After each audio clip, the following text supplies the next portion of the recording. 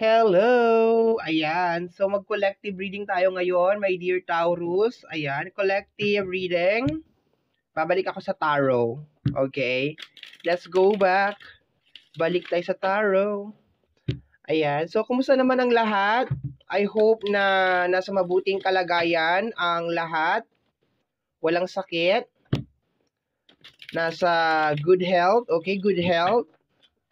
Kung kaya, good life. 'Di ba? Magandang buhay.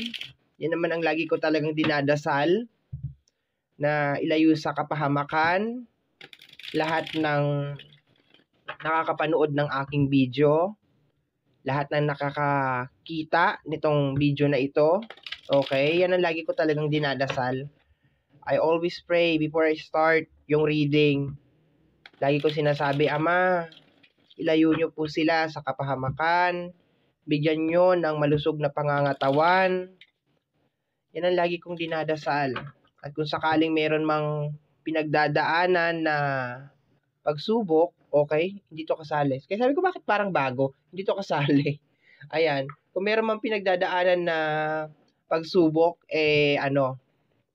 mapaglagpasan, mapagtagumpayan. Ayan. Okay. So, my dear Taurus, sa mga gusto pong magpa-private reading sa akin, ilalagay ko yung link ng ating Facebook page at saka ng ating WhatsApp number sa description box down below. Ayan. Sa mga gusto din magpaabot ng tulong, donation, you are very much welcome. Maraming salamat po in advance. Gustong ipagpatuloy, gusto na makatulong na ipagpatuloy ko ang aking ginagawa. Ayan.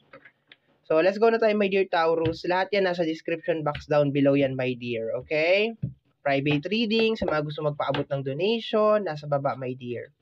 Okay, so let's go tayo sa iyong nakaraan. Silipin natin ano nangyari sa nakaraan. Pasilip po kami what happened in the past. We have here the energy of the Five of Sword. Okay? So, ang nakukuha ko dito, my dear, parang hindi ka nakapag-complain. Naka-reverse kasi, my dear, yung ating Five of Sword. Okay? Ayan. Naka-reverse yung ating Five of Sword. I can feel na parang hindi ka nakapagreklamo. Okay? Hindi ka nakapagsalita. Nanahimik ka na lang. Kasi kung naka-upright to, definitely baka nakapagsalita ka. Nasabi mo yung mga bagay na gusto mong sabihin. Okay? Pero dito, my dear, nakukuha ko na parang no, hindi ka nakapagsalita, hindi mo nasabi yung mga bagay na gusto mong sabihin. Okay, natahimik ka. Ayan, parang hinayaan mo na lang kung ano man yung bagay na yon. So, yun ang nakukuha ko. So, let's go tayo sa current energy mo ngayon, my dear. Current energy ng ating my dear. We have here the energy of the High Priestess in reverse. Okay. Katotohanan. Okay? Baka nabubulagan ka kasi naka-reverse. Nabubulagan ka pa rin. Hindi mo pa rin tanggap. Tingnan natin. Hindi mo pa rin siguro tanggap ang mga bagay-bagay, my dear. We have here the energy of the Emperor. Okay? That is crossing you. Okay? Ang energy ng Emperor. Nakukuha ko, my dear, dito parang nabubulagan ka sa katotohanan. Okay? Pakiramdam ko parang may energy ng nakaraan na hanggang ngayon dala-dala mo pa rin. And parang ayaw mong tanggapin na dapat nagsalita ka. Dapat kinorek mo. Kasi, energy ng Emperor is related sa energy ng authority. Okay? Parang ang nangyari kasi dito, my dear, is nawala tong authority mo bilang si Emperor. Okay? Nawala siya. Parang hindi mo na-determine between yung totoo sa hindi. Yung panlilin lang. Parang gano'n nakukuha ka, parang panlilin lang. Kasi parang hinayaan mo lang eh. Okay, hinayaan mo lang, my dear. You just let it go. Ganon, di ka nagsalita. Wala kang sinabi. Sa Emperor is the power. Okay? Parang hindi mo ini-embrace that you have the power to change everything. Na pwede kang mag-complain. Na pwede kang magsalita. Na pwede mo sabihin na ayoko niyan. Ayoko nito. Ayoko. Parang and sa energy ng High Priestess, nabubulagan ka talaga, my dear, kasi pag naka-upright si High Priestess, this is more on the reality, the truth. Naka-reverse siya, my dear. So, ibig sabihin, nabubuhay ka, my dear, as of this moment, na parang merong katotohanan na hindi na ilalabas. Merong merong sikreto na hindi na ilalabas, parang ganon. Okay. Baka natatakot kang tanungin.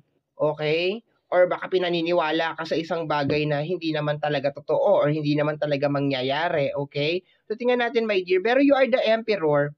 Yun nga lang, parang hindi mo nai-embrace yung energy ng emperor. Kasi parang nabubuhay ka, my dear, sa fantasy. Sabihin na lang natin. Gusto ko sana sabihin kasinungalingan. Pero sabihin natin fantasy na lang. Okay? Let me see. Tingnan natin what's above. What's above is the Wheel of Fortune. Okay? Masyado kasing mahaba tong card na to eh. Kaya hindi ko ginagamit tong mga mahaba na cards sa table ko. Kasi masyadong mahaba. Ayan. So, ganyanin na lang natin. So, sa energy ng Wheel of Fortune, my dear, ang nakukuha ko dito, my dear, is you can change it. Kaya mo siyang baguhin. Kung ano yung nangyayari sa'yo ngayon, kaya mo siyang baguhin, kaya mo siyang ayusin. Ayan, sa energy ng Wheel of Fortune. You still have time. Kaya pa, may oras pa. Kaya mo pang baguhin yan.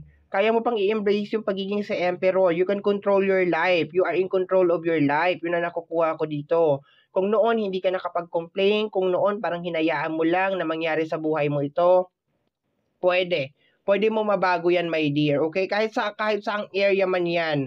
Sa usapin man yan ng parang personal, parang minamanipulate ka or pinaniniwala ka sa kasinungalingan. Kung sa usapin man yan ng spiritual, like, di ba, merong tao na parang ginayuma ka or something, kaya mong ma-break yan. Kaya mong ma-break yung spell na yan. Yan ang nakukuha ko dito. You can break that spell. Or kung meron man tao, my dear, na parang inaapi-api ka or something, you can break that spell. Kaya mong i-break yung spell. Kasi siguro parang naniniwala ka dito, my dear, sa energy ng High Priestess na you are weak. Okay? Baka naniniwala ka na you are weak, hindi mo kayang baguhin to. Pero hindi naman magsasama tong dalawang card na to nang walang dahilan. You are the emperor, my dear. So, ibig sabihin, you are in control. Okay? Kaya mo yan. Kaya mong baguhin kung ano yung mga bagay na hindi mo gusto sa buhay mo. Okay? Let me see what is below. Ano nangyayari sa below? Below the ground. Let me see. We have here the energy of the Four of Wands. Okay? Teka lang. This is not good. This is not good, my dear. Kasi sinasabi dito, my dear, na kung sino man to na nagmamanipulate sa'yo is hindi siya malayo. Okay? Kasi this is the Four of Wands. Energy to ng pamilya, energy ng relationship, okay? So, may manipulation na nangyayari dito.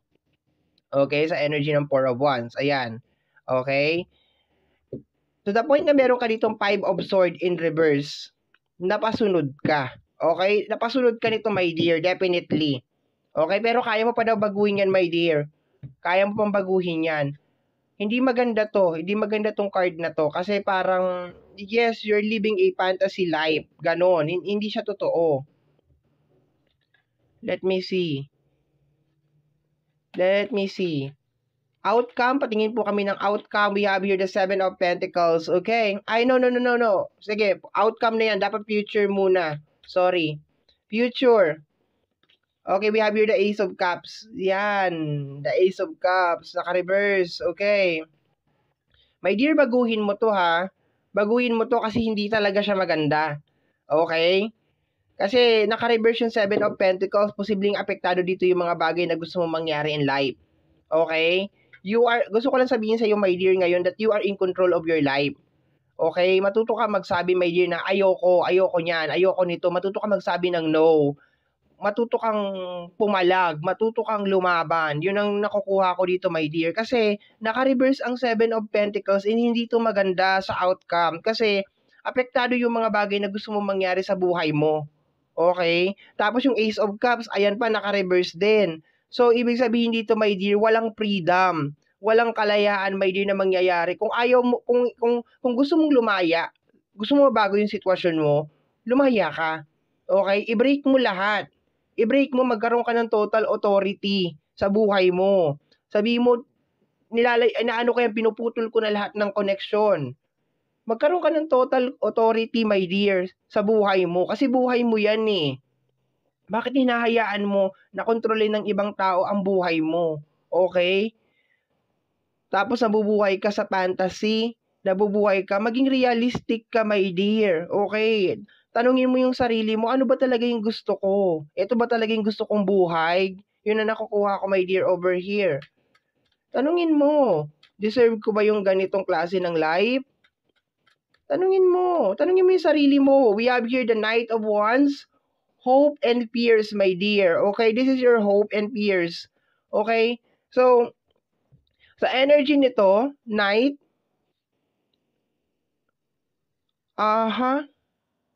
pinipilit mo eh. I can feel na parang pinipilit mo. Ikaw mismo ang problema na dito, my dear, kasi pinipilit mo. You are insisting, ini-insist mo, my dear, na kung ano yung nangyayari ngayon, iyon ang tama. Okay? Kung ano yung nangyayari ngayon, yun ay mali. So the point na naka-reverse yung High Priestess dyan, hindi yan tama. Nabubuhay ka, my dear, sa kasinungalingan. Okay? Nabubuhay ka sa kasinungalingan. And dapat noon pa lang, kinat mo na to sa energy ng Five of Swords in reverse. Tingnan mo, ngayon ikaw yung nagsasuffer. Okay? You feel unhappy. You feel na parang hindi ka masaya. You feel trapped. Okay? Tapos ngayon, hope and dreams o hope and fears mo, my dear, Knight of. Okay? Pinipilit mo. Tapos natatakot ka pag hindi mangyari. Ano ba yung kinakatakot mo na hindi mangyari? Okay? Ano ba yung kinakatakot mo na hindi mangyari? Na hindi magkatotoo tong illusion na ito? Illusion lahat to, my dear eh. Illusion lahat to. And guess what? Nasa loob siya ng family in the relationship. Okay, illusion lahat to. Hindi to magwo-work ng ikaw lang. Alam mo natin yan. Hindi to magwo-work, my dear, ng ikaw lang. Hindi mo to kaya na mag-isa lang. O, tingnan mo, masasakripisyo, pati mga bagay na gusto mo sa buhay, o. Yung 7 of Wands mo, ay 7 of Pentacles mo naka-reverse. O, yung mga gusto mo mangyari sa buhay mo, yung mga pangarap mo, lahat yan maglalaho, my dear. Kasi nabubuhay ka dito, hinahayaan mong i-manipulate ka, hinahayaan mo na i-control ka, hindi ka umaalma, hindi ka nagsasalita. Okay, let me see. Okay? The Four of Pentacles, this is internal influence. Okay, nakakapit ka sa isang bagay. Ayaw mo mag-let go. You should let go, my dear, lalo na kung may kinalaman yan sa kasinungalingan. You should let go. Nabubuhay ka, my dear, sa kasinungalingan. Tapos natatakot ka na hindi mangyari yung mga bagay na yan. Okay, let me see. Last card tayo, advice for you. Advice for you. Once again, this is a collective energy. You have here the Nine of Pentacles. This is a single energy, my dear. You can make it by yourself. Mas okay pa, my dear, na mag-isa ka kaysa naman meron ka mga kasama sa buhay na hindi naman nakakatulong. Okay? We have here the Eight of Pentacles. Okay? Naka-reverse siya. Okay? So, this is related sa energy ng work. Nag-struggle ka ngayon, my dear. Nag-struggle ka ngayon. Naka-reverse yung mga pentacles na iba, oh.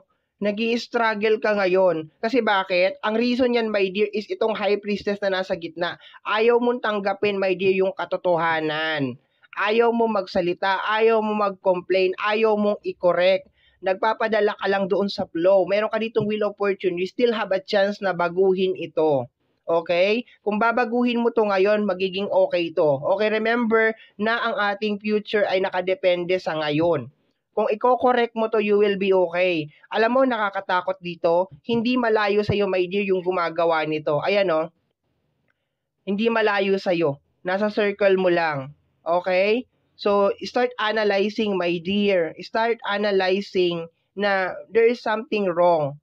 Start analyzing na, teka, may mali. May maling nangyayari dito. Tanungin mo yung sarili mo ngayon, bakit nagkakaganito ang buhay ko? Ano yung mali? Anong decision making na ginawa kong mali? Tanungin mo yung sarili mo, my dear. Kasi definitely may decision making ka na ginawa na mali na dapat noon pa lang nag-complain ka na. Dapat noon pa lang nagsalita ka na pero hindi mo ginawa. Nanahimik ka. Ngayon, nanganganib. Nanganganib, my dear, yung iyong future.